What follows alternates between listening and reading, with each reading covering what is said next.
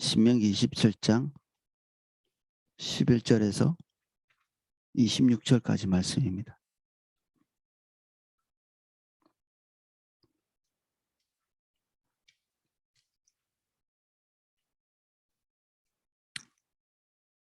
신명기 27장 11절에서 26절까지 말씀을 제가 읽어보겠습니다. 모세가 그날에 백성에게 명령하여 이르되 너희가 요단을 건넌 후에 시므온과 레위와 유다와 이사갈과 요셉과 베냐민은 백성을 축복하기 위하여 그리심산에 서고 루벤과 갓과 아셀과 스불론과 단과 납달리는 저주를 위하여 에발산에 서고 레위 사람은 큰 소리로 이스라엘 모든 사람에게 말하여 이르기를 장색의 손으로 조각하였거나 부어 만든 우상은 여호와께 가증하니 그것을 만들어 은밀히 세우는 자는 저주를 받을 것이라 할 것이요 모든 백성은 응답하여 말하되 아멘 할지니라. 그의 부모를 경홀히 여기는 자는 저주를 받을 것이라 할 것이요 모든 백성은 아멘 할지니라. 그 이웃의 경계표를 옮기는 자는 저주를 받을 것이라 할 것이요 모든 백성은 아멘 할지니라. 맹인에게 길을 잃게 하는 자는 저주를 받을 것이라 할 것이요 모든 백성은 아멘 할지니라. 객이나 고아나 과부의 송사를 억울하게 하는 자는 저주를 받을 것이라 할 것이요 모든 백성은 아멘 할지니라. 그의 아버지의 아내와 동침하는 자는 그의 아버지의 하체를 드러냈으니 저주를 받을 것이라 할 것이요 모든 백성은 아멘 할지니라. 짐승과 교합하는 모든 자는 저주를 받을 것이라 할 것이요 모든 백성은 아멘 할지니라. 그의 자매 곧 그의 아버지의 딸이나 어머니의 딸과 동침하는 자는 저주를 받을 것이라 할 것이요 모든 백성은 아멘 할지니라. 장모와 동침하는 자는 저주를 받을 것이라 할 것이요 모든 백성은 아멘 할지니라. 그의 이웃을 암살하는 자는 저주를 받을 것이라 할 것이요 모든 백성은 아멘 할지니라. 무지한 자를 죽이려고 뇌물을 받는 자는 저주를 받을 것이라 할 것이요 모든 백성은 아멘 할지니라. 이 율법의 말씀을 실행하지 아니하는 자는 저주를 받을 것이라 할 것이요 모든 백성은 아멘 할지니라. 아멘. 한 절씩 내용을 살펴보겠습니다. 모세가 그날 백성에게 명령하여 이르되 너희가 요단을 건넌 후에 시므온과 레위와 유다와 이사갈과 요셉과 베냐민은 백성을 축복하기 위하여 그리심산에 서고 그리심산은 축복을 상징하기에 적절한 그 모양새를 좀 가지고 있는 것 같습니다. 저도 보지 못했는데 사진으로 보니까 그리심산이나 에발산이나 거의 같은 지역에 이렇게 있고 서로 마주 볼 수 있도록 딱 이렇게 서 있는 그 한쪽 그 그리심산은 조금 이렇게 나무도 많고 좀 복을 받은 것 같은 그런 이미지의 산이고 또 햇볕도 잘 들어오고 반면에 이 저주를 선포하는 그 에발산은 저 바위 덩어리로 돼 있고 산에 풀도 잘 자라지 않고 그리고 그늘진 부분들이 더 많고 뭐 그런 어떤 형태라고 합니다. 그래서 이런 이미지 때문에 그런지는 모르겠지만 한쪽은 축복을 선포하고 한쪽은 저주를 선포하는 이스라엘 백성들이 이게 반반 나뉘었죠. 12개 지파 중에 절반은 그리심산, 절반은 에발산에 서서 서로를 이렇게 마주보고 하나님의 말씀을 선포하는 이런 지금 장면입니다. 예, 앞으로 일어날 일이죠. 이렇게 하라고 말하는 것입니다. 그 뒤에 보면 정확하게 딱 이렇게 선언하고 선포하고 실행에 옮기는 걸 볼 수 있습니다.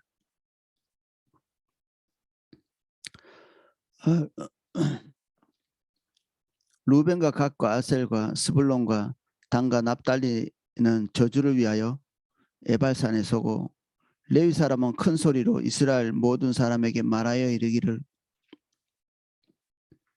아무래도 이 확성기가 없던 시대이기 때문에 이것을 대리해서 이렇게 큰 소리로 전달해 주는 그런 사람들이 필요하겠죠. 지금 이 모든 어 정황들, 이 어떤 사람은 에발산에 서고 어떤 사람은 그리심산에 서고, 그러면 어떤 사람은 저주에 합당하고 어떠한 사람은 축복에 합당한가, 뭐 그렇지는 않은 것 같습니다. 그냥 이게 반반 나누다 보니 이렇게 됐다는 생각이 들고요. 아, 그 내용이 이제 중요한 거죠. 15절부터 무엇을 선포하고 있는가? 장색의 손으로 조각하였거나 부어 만든 우상은 여호와께 가져가니 그것을 만들어 엄밀히 세우는 자는 저주를 받을 것이라 할 것이요 모든 백성은 응답하여 말하되 아멘 할지니라. 제일 처음 나온 것이 우상이죠. 사람의 마음에서 구상된, 사람의 기준으로 사람의 염원을 따라 계속해서 이렇게 강화된 그런 가치관을 말하는 것입니다. 이 우상은 항상 우리의 마음에서 나온 가치관을 반영한 이 엑기스 같은 그러한 존재거든요. 뭔가를 새길 때 거기에는 숱한 의미들이 함축되어 있습니다. 우상을 조각할 때 하나하나의 조각 속에 그들이 가지고 있는 염원이 거기에 아로새겨져 있죠. 경제적인 부, 그리고 이 사람들에게 꼭 필요한 다산, 전쟁에서의 승리, 이런 것들이 우상 속에 아로새겨져 있습니다. 그것을 가시적으로 새긴다는 것은 우리 마음의 동기의 표현이고 마음의 표현이죠. 사람은 마음속에 있는 것을 드러내지 못하고 살지를 못하는 것 같습니다. 말을 하든지 행동을 하든지 실행에 옮기든지 언젠가는 마음에 있는 것이 밖으로 드러나게 되더라고요. 그래서 이 단순히 어떤 모양을 새긴다, 이런 그 예술적인 행위를 지금 말하고 있는 것이 아니라 마음에 있는 것에 대한 형상화를 얘기하는 것입니다. 그래서 우리의 기준이 하나님으로부터 우리 마음에 있는 인간의 기준, 그 인간의 염원으로 옮겨가죠. 우리가 갈망하는 것, 그것이 우리의 기준이 됩니다. 우리가 맹렬히 달려가는 것, 그게 우리 눈에 보이고 있다는 얘기잖아요. 우리 눈으로 본 것을 향해서 가거든요. 하나님이 더 가깝고 하나님의 말씀이 우리에게 더 가까우면 하나님을 향해서 달려가게 될 것이고, 우리의 염원, 우리의 기대, 이것이 우리 눈앞에 보이면 우리는 그리로 달려가는 거죠. 항상 우리의 간절함의 방향성을 따라서 우리가 가게 되어 있습니다. 여러분들이 무엇을 간절히 원하시나요? 여러분들의 삶은 그곳으로 달려가게 되어 있습니다. 간절히 원하는 것. 지금 그리로 가고 있는 중입니다. 여러분들 입이 무엇을 말하든지 간에 여러분들 마음 안에 간절함, 그 방향을 향해서 달려가고 있습니다.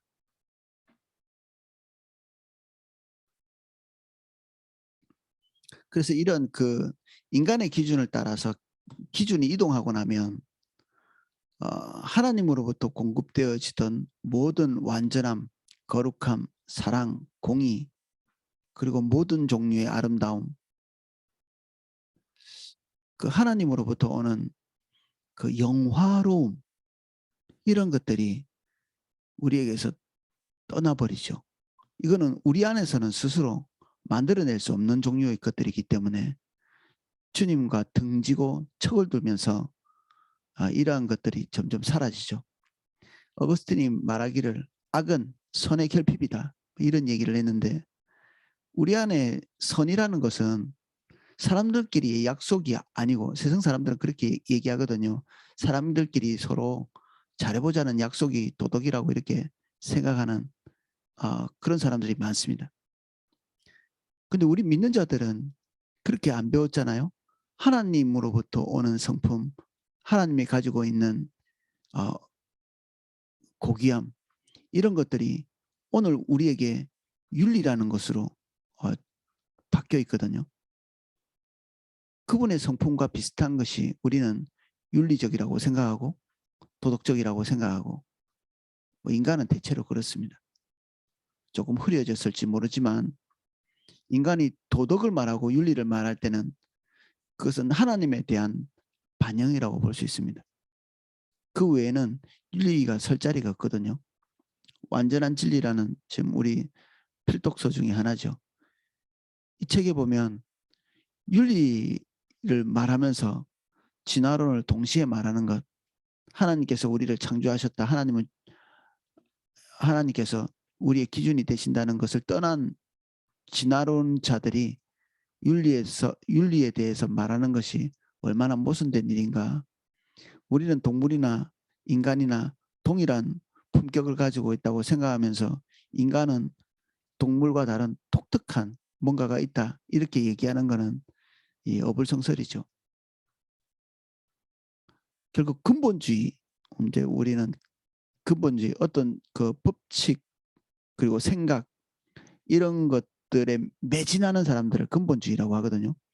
이슬람에 매진하는 사람을 이슬람 근본주의라고 하고, 또 세상 사람들은 기독교인들, 주님 열심히 따라가는 사람들을 기독교 근본주의라고 이렇게 얘기하기도 하고 그렇죠. 근데 완전한 진리 안에 있는 그 진화론자 중에 근본주의, 진화론의 근본주의자들 이렇게 얘기하면 진화론에 대단히 충실한 사람들을 얘기하는데, 그들에게 있어서 인간은 동물과 하등 다를 것이 없는 존재죠. 그래서 우리가 볼 때는 굉장히 혐오스러운 발언들, 동물이나 에서나 볼 수 있는 그런 일들이 얼마든지 인간에게서 일어난다 할지라도 우리는 그것을 가지고 우리를 폄하할 필요가 없다. 짐승사회에서 일어나는, 그리고 인간사회에서 일어나는 모든 일들은 다 선이다, 이렇게 얘기하거든요. 왜냐하면 그들은 화면에서는 굉장히 정직한 것입니다. 어차피 우리가 저절로 생겨난 존재고 물질에서부터 나온 존재인데, 그리고 그 물질 때문에 이렇게 우연찮게 동물이 됐고 그 동물이 우연찮게 사람이 됐다면 우리가 왜 윤리적으로 살아야 하지? 자연스러운 수순이죠, 이게. 우리가 윤리를 생각하고 도덕을 생각하고 이렇게 하는 것은 무엇인지 모르지만, 믿지 않는 자라 할지라도 무엇인지 모르지만 우리에게 기준이 되는 뭔가가 있는 것이죠. 그 기준이라는 것은 누가 주셨나? 하나님이 주신 거죠. 그래서 윤리나 기준을 얘기하면서 하나님을 대립하고 하나님을 부정하고 이렇게 하는 것은 그냥 이게 논리성에도 맞지 않는 것입니다. 그래서 이 첫 번째 계명, 우상을 숭배하는 이런 일에 들어가 있는 사람은 당연히 하나님 떠난 사람이겠죠. 그런 우상을 숭배하는 그곳에서부터 출발하면 앞으로 우리가 보게 될 말할 수 없이 난잡한 이런 윤리적인 것들을, 이런 것에 노출될 수밖에 없는 우리의 존재가 그렇습니다. 그의 부모를 경홀히 여기는 자는 저주를 받을 것이라 할 것이요 모든 백성은 아멘 할지니라. 주변에서 너무 많은 사람들이 윤리성에서 떠나면 우리의 기준도 휘고 뒤틀리게 되어 있습니다. 그래서 부모를 치는 자는 저주를 받고 돌에 맞아 죽는다, 이렇게 얘기할 때 꼭 그렇게까지 뭐 해야 되나, 이런 생각이 들 수 있죠. 부모에 대해서 잘못한 거는 맞지만 형벌이 너무 중하다, 죽이기까지 해야 되나? 그러면 둘 중에 하나가 조금 문제가 있는 거죠. 하나님의 말씀이 너무 가혹하다, 또는 우리가 그 말씀에 비추어서 죄에 대한 심각성을 적게 느끼고 있는 것이죠. 이 둘 중에 하나가 잘못됐죠. 그럼 우리는 심정상 어느 게 옳다고 생각하나요? 우리는 주변에서 부모를 경홀히 여기는 것에 대해서 너무 많이 보다 보니 이 죄의 심각성 자체를 잘 인식하지 못합니다. 이게 간음죄가 지금은 죄가 안 됐죠. 이게 죄가 아니라고 이게 선언됐습니다. 왜 그러냐면 이미 우리 사이에 너무 많이 우리 가운데 이 죄가 많아지다 보니 이젠 죄로서 인정하지 못하게 된 거죠. 별로 심각하게 생각하지 않게 된 것이죠.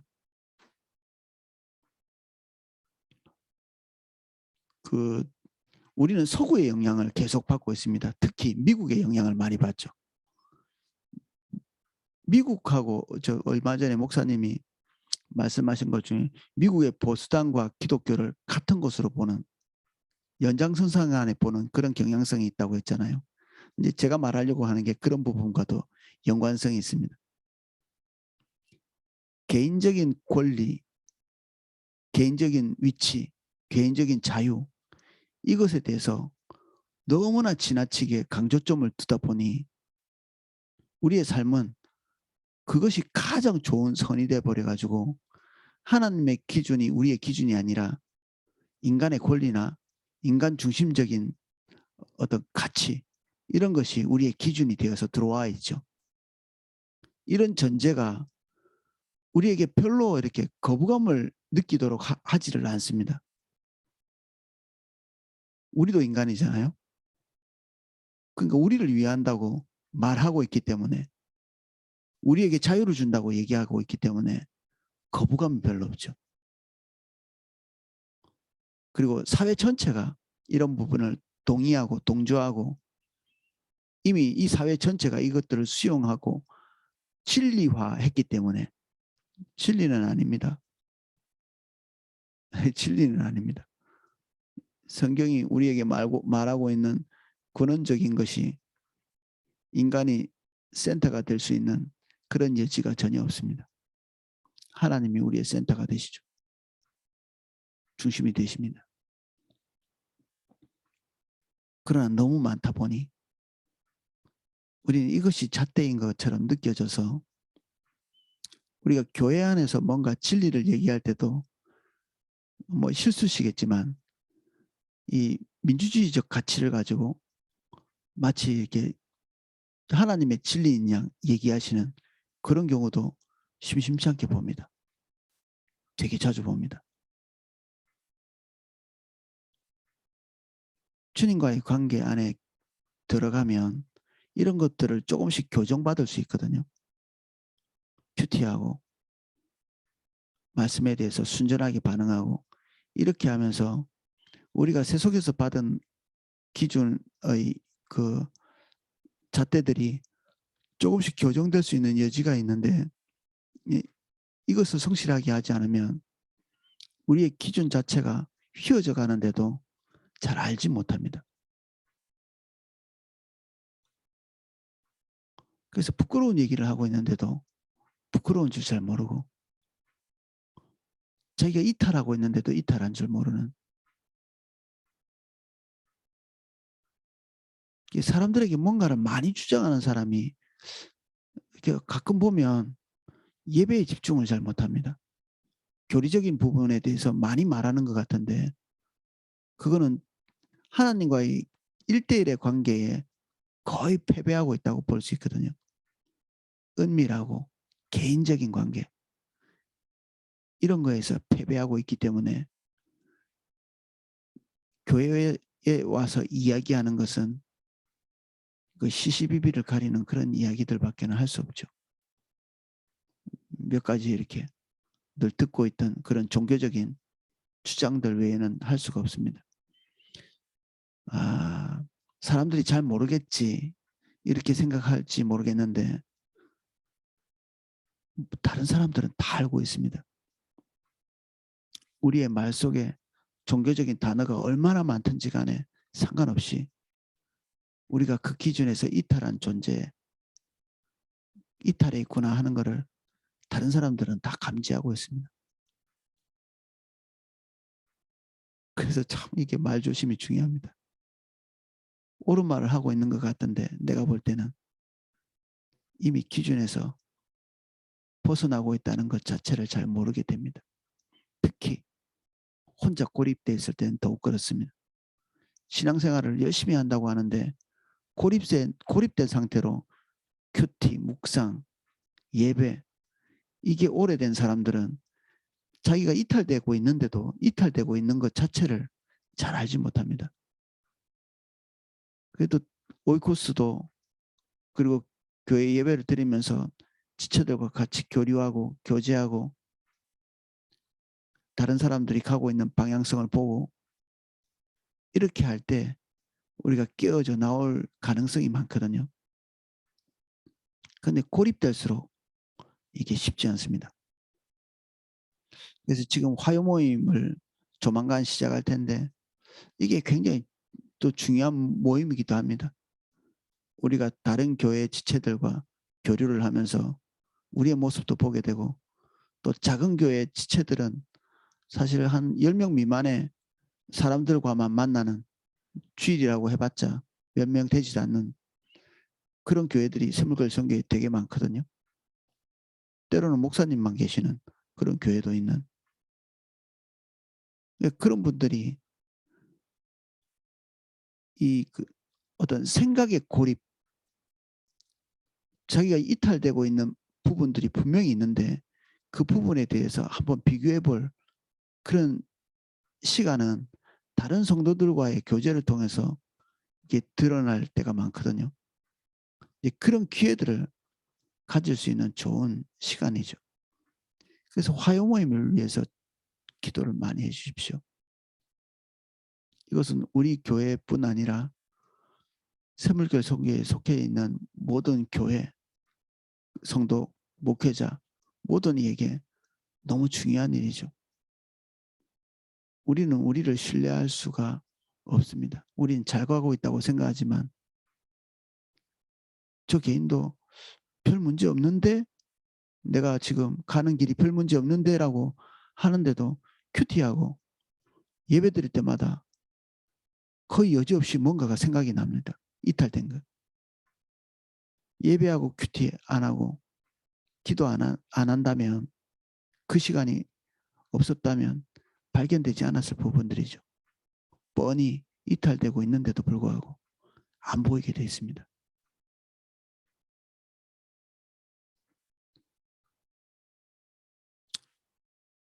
그래서 이 너무 가혹한 처벌이다 이렇게 여겨진다면 우리가 죄에 대한 심각성이 연약한 것입니다. 그 이웃의 경계표를 옮기는 자는 저주를 받을 것이라 할 것이요 모든 백성은 아멘 할지니라. 이웃의 소유물에 대해서 존중하지 않는 것 그리고 이웃의 부동산을 함부로 움직이는 것 맹인의 길을 잃게 하는 자는 저주를 받을 것이라. 장애인 그들의 복지에 대해서 우리 무관심하거나 그리고 때로는 압제하는 것 불이익을 주는 것 이런 것들이 저주받을 일이라고 말하고 있죠. 객이나 고아 과부의 송사를 억울하게 하는 것 사회적 약자의 대표자죠. 이게 객 고아 과부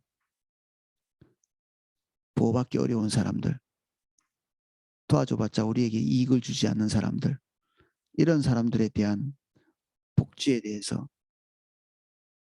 우리가 등을 돌리고 있으면 이것이 우리에게 저주를 안겨다 주는 것입니다. 주님께서 이들을 향한 우리의 태도를 이게 딱 보고 계시죠. 감시를 하는 것처럼 장애인들에게 어떻게 하고 있는가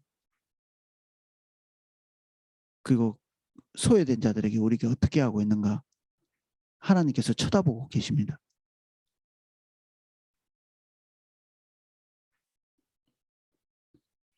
그의 아버지의 아내와 동침하는 자는 그의 아버지의 하체를 드러냈으니 저주를 받을 것이라 할 것이요 그 모든 백성은 아멘할지니라. 우리가 생각할 때는 끔찍한 일이죠. 이 누추한 것을 잃는 것 자체가 불편한 일인데 일부일처제의 사회를 떠난 사회, 이 사회에서는 이런 부분들이 금방 노출되겠죠. 자기가 전혀 이렇게 이해관계가 없는 존재가 어느 날 불쑥 나타나 자기 어머니가 실제로는 아닌데 어머니라고 생각할 수도 없는 아버지 아내죠. 아버지 아내. 아버지 아내가 2명, 3명, 4명, 5명. 누구야 도대체 그 사람이. 하나님께서 우리에게 갖추어 주신 이 원래의 일부일처제의 이 거룩한 관계, 여기서 난 자식들, 이게 경건한 자손들이라고 부르는 하나님께서 명칭을, 자녀에 대한 명칭을 이렇게 정해 주셨습니다. 거룩한 자녀. 올바른 관계 안에서 난 올바른 자녀. 하나님께서 정하신 일부일처의 관계 안에서 태어난 자녀들. 이게 하나님께서 기대하시는 바죠. 이것에서 이탈하는 순간에 무수한 문제들이 발생하기 시작하죠. 너무나 악한 부분인데 사회 전체가 물들어 있어도 하나님께서 이 모든 것들을 포기할 수가 없잖아요. 전적 타락. 그것이 하나님께서 우리를 포기할 수 있는 그런 여지가 되지 못합니다. 사랑은 그거죠. 포기할 수 없는 것. 주님이 우리를 포기할 수 없는 이 한 가지 사실 때문에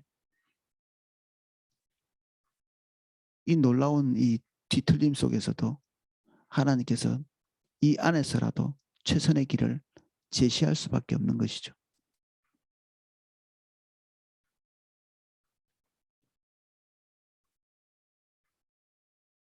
짐승과 교합하는 자는 저주를 받을 것이라 할 것이요 모든 백성은 아멘 할지니라. 어떻게 짐승과 교합할 수 있을까? 그 완전한 진리 저 책에 또 이 부분에 대해서 언급하고 있는데 우리가 짐승하고 출처가 똑같다면 짐승과 우리와의 결혼이 무슨 문제가 될 것이 있는가? 논리가 맞지 않나요? 그래서 네덜란드는 짐승과 결혼하는 것에 대해서 합법으로 지금도 그런지는 모르겠는데 그렇게 통과됐답니다. 남자와 남자가 결혼하고 여자와 여자가 결혼하는 거 지금 그거 합법화 시키려고 미친 듯이 노력하잖아요. 그 전에 강사가 와서 얘기 그 다음에는 짐승과 결혼하는 것. 주님을 떠났는데 짐승의 지위와 사람의 지위를 구분할 기준이 없죠. 저는 저기 TV에서 가끔 그 개를 키우는 사람들의 그 좀 문제가 있어서 전문가가 와서 이게 문제점을 지적해주고 이런 것들을 몇 번 본 적이 있는데 누가 봐도 이상한데 본인들은 이상하지 않습니다.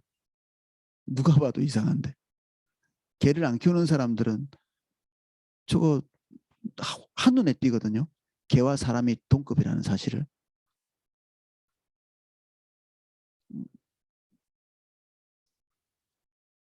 개와 사람이 동급의 자리에 설 수가 없죠. 근데 놀랍게도 어떤 집안에서는 개가 그 가정 전체를 지배하는 경우가 있더라고요. 그 전문가가 그런 얘기를 하더라고요. 그 개가 뜻하는 대로 가정 전체가 움직여가는 그런 개의 지위가 더 높죠. 그러니까 개가 원하면 다 해주는 우선적으로 개를 배려하는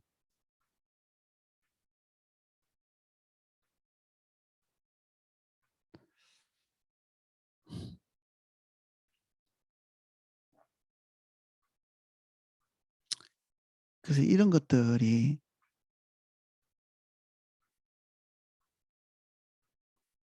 이미 이 시대에 하나님께서 절대로 일어나지 않을 일을 말하고 계시지 않고 일어날 수 있는 일 또는 일어난 일. 그런데 이런 일이 일어날 때 하나님의 모든 종류의 축복이 제거되는, 얼마나 많이 유행하고 있든지 간에 상관없이 이미 하나님의 모든 축복은 거기서 거두어지는 그런 상태다. 하나님의 축복이 거두어지는 것을 저주라고 말합니다. 모든 생명이 거두어지는 것. 그의 자매 곧 그의 아버지의 딸이나 어머니의 딸과 동침하는 자는 저주를 받을 것이라 할 것이요 모든 백성은 아멘 할지니라. 이것도 일부 다처제에서 얼마든지 일어날 수 있고, 그리고 사회 전체가 이 방향으로 가면 우리도 어느 날 판단력을 잃게 됩니다. 우리는 이미 많은 부분에 사회와 동조하면서 판단력을 잃은 부분이 많이 있습니다.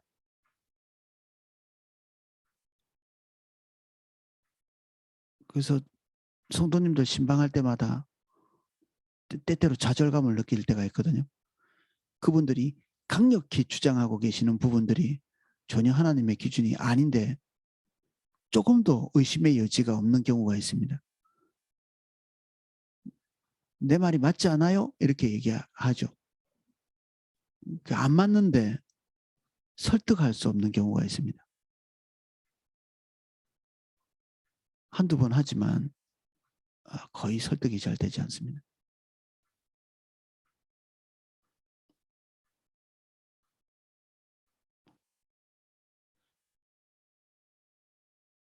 정모와 동침하는 자는 저주를 받을 것이라 할 것이요 모든 백성은 아멘 할지니라. 이것도 동일하죠. 상상할 수 없는 부분이지만 사회 전체가 뒤틀려 갈 때 우리는 판단력을 상실하게 될 가능성이 있습니다. 그리고 하나님께서 정하신 룰 하나가 후퇴하면 한 단계 동안 도미노 같이 다 이 끝까지 가게 돼 있죠. 사실 죄를 짓는다고 모든 것이 다 사형에 해당하거나 그렇지는 않습니다. 문제는 그것이 한번 놓쳐질 때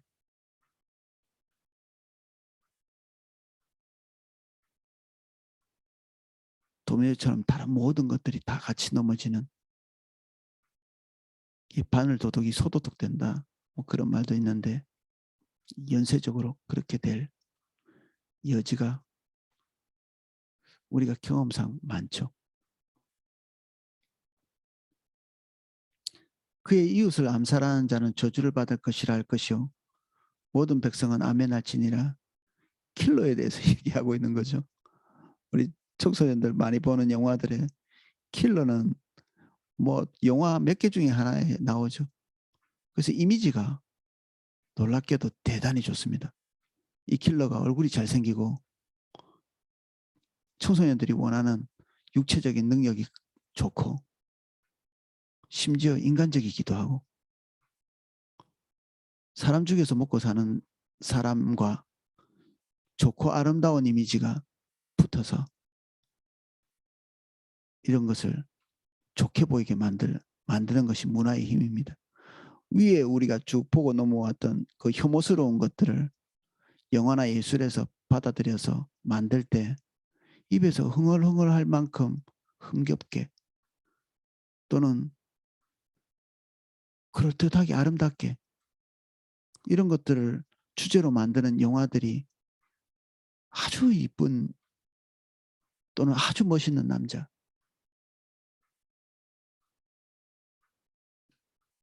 우리의 마음은 진리에 의해서 흔들리지 않고 육신적인 것에 의해서 좌우되거든요. 균형이 잘 잡혀 있다. 이것은 진리인가요? 좋은 것이지 진리는 아니거든요. 이쁜 것 좋을 수 있지만 진리는 아닙니다.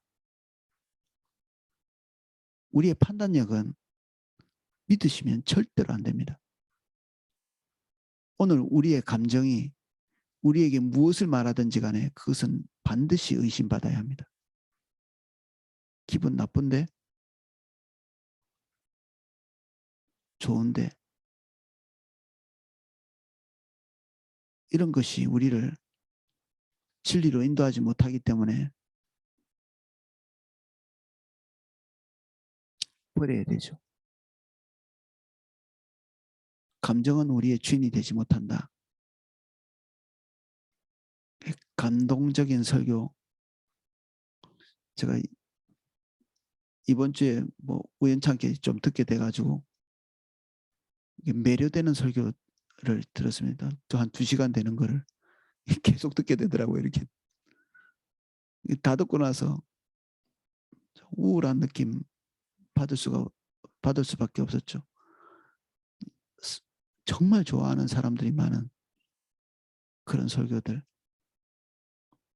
다 듣고 나면 우리가 가지고 있는 가치관, 진리가 아님에도 불구하고 2시간이나 그냥 시간이 흘러가 버리더라고요. 매료되는 우리의 소망과 우리의 마음속에 누구나 가지고 있는 염원과 탁 일치되는 그런 방향성의 가치관들. 그래서 우리의 마음을 믿을 수 없다. 믿어서는 안 된다. 만물보다 부패한 것이 인간의 마음이다. 하나님께서 예레미야를 통해서 선언에서 기록해 놓으신 것입니다. 만물보다 부패한 것이 우리 안에 있습니다. 우리는 인간이고 인간인 우리는 마음을 가지고 있는데 하나님께서 우리의 마음이 만물보다 더 부패했다. 이렇게 얘기하고 있습니다. 그러니까 우리의 마음이 만물의 어떤 부패함보다 더욱 부패해 있는 상태라는 거죠.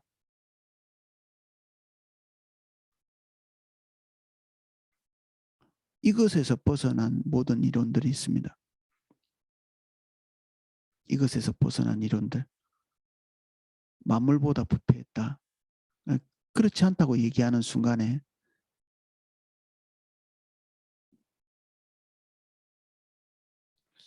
세속의 그 가치관들과 같이 동행하게 됩니다.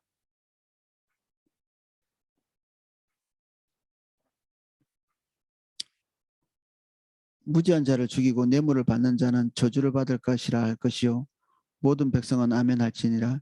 이스라엘 백성들이 하나님의 심판을 받아서 바벨론으로 끌려가는 갈 만한 그런 상황에 이스라엘 백성 안에 이런 일들이 빈번했던 것 같습니다.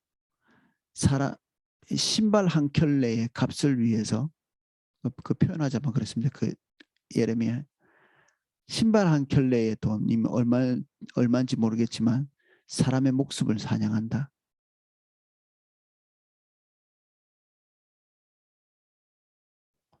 뭐 돈을 얼마나 많이 줘도 사람의 목숨을 사냥하는 일이 있어서는 안 되겠지만 너무나 빈번하다 보니 이런 일이 너무나 빈번하다 보면 사람의 목숨을 사냥하는 것에 너무나 쉬워지는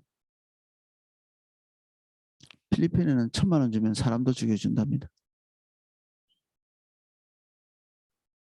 우리라고 그렇게 안 될 법이 없죠. 우리는 이미 우리 주변에서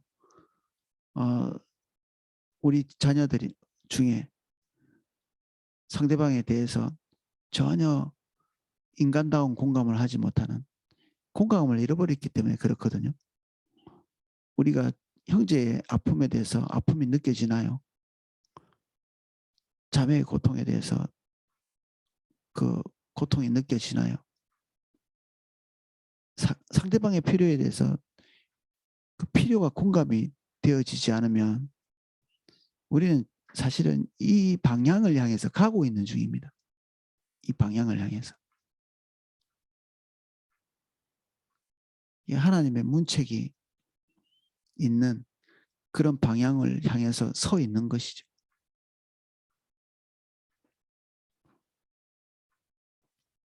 이 율법의 말씀을 실행하지 아니하는 자는 저주를 받을 것이라 할 것이요 모든 백성은 아멘할지니라.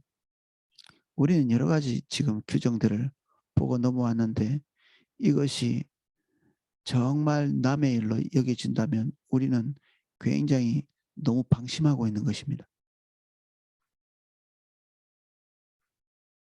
우리의 지금 서 있는 방향성이 이미 여기에 나오는 흉측한 그런 기준을 향해서 돌아서 있을 가능성이 있습니다. 주님의 기준이 우리에게 선하고 아름답게 계속 우리에게 그리로 가고 싶은 충동이 그칠 때 이 방향성으로 이미 돌아서고 있는 거죠. 그래서 하나님께 매료되는 것, 하나님의 성품에 매료되는 것, 그분이 가지고 있는 아름다움, 거룩함, 공의로움, 그분이 만드신 인간에 대한 그런 애정, 거룩, 관계는 화평만 가지고는 안 됩니다. 다른 사람과 화평 잘하는 사람이 바람피는 사람이 많습니다. 모든 관계는 거룩함과 화평이 동시에 작동해야 합니다.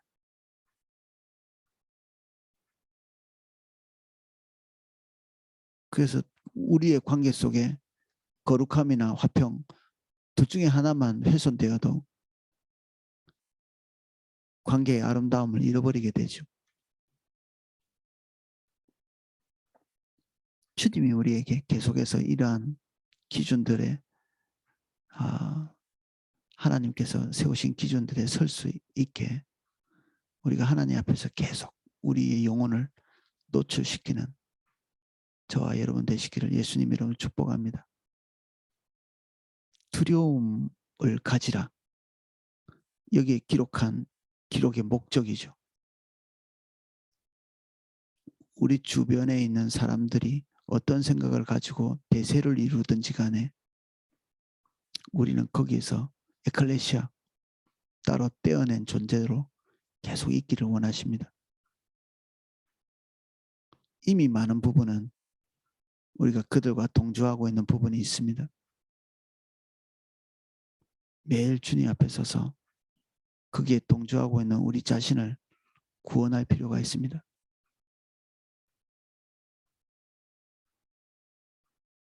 맹렬한 우파, 맹렬한 좌파, 그리고 우리가 오랫동안 젖어 있었기 때문에 인식하지 못하는 것까지 하나님께서 우리에게 정결함을 다시 회복할 수 있도록 은혜를 구하는 저와 여러분 되시기를 예수님 이름 축복합니다. 오늘은 여기까지 살펴보겠습니다.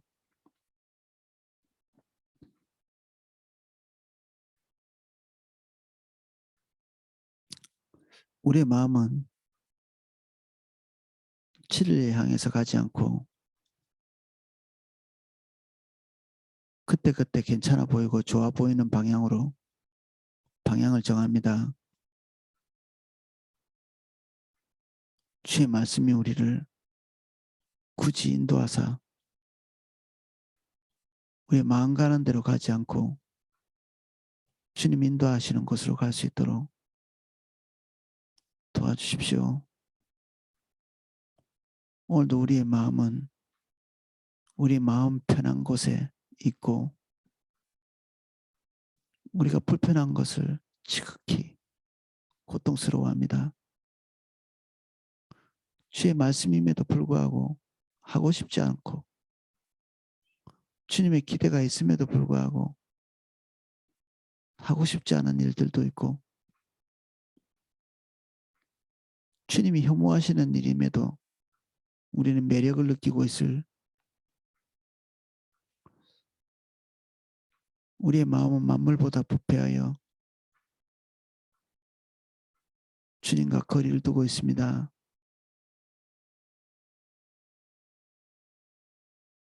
은혜를 주십시오. 지금 우리에게 은혜가 필요합니다.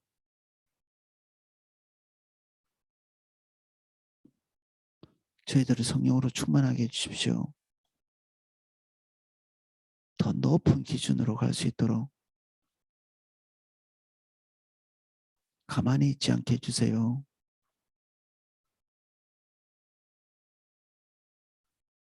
우리가 원하는 그곳에 가만히 있지 않도록 우리 마음 편한 곳에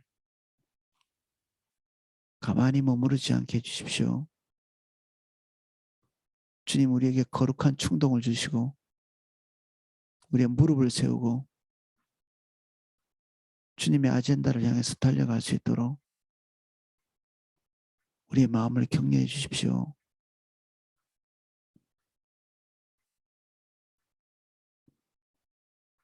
예수님 이름으로 기도합니다.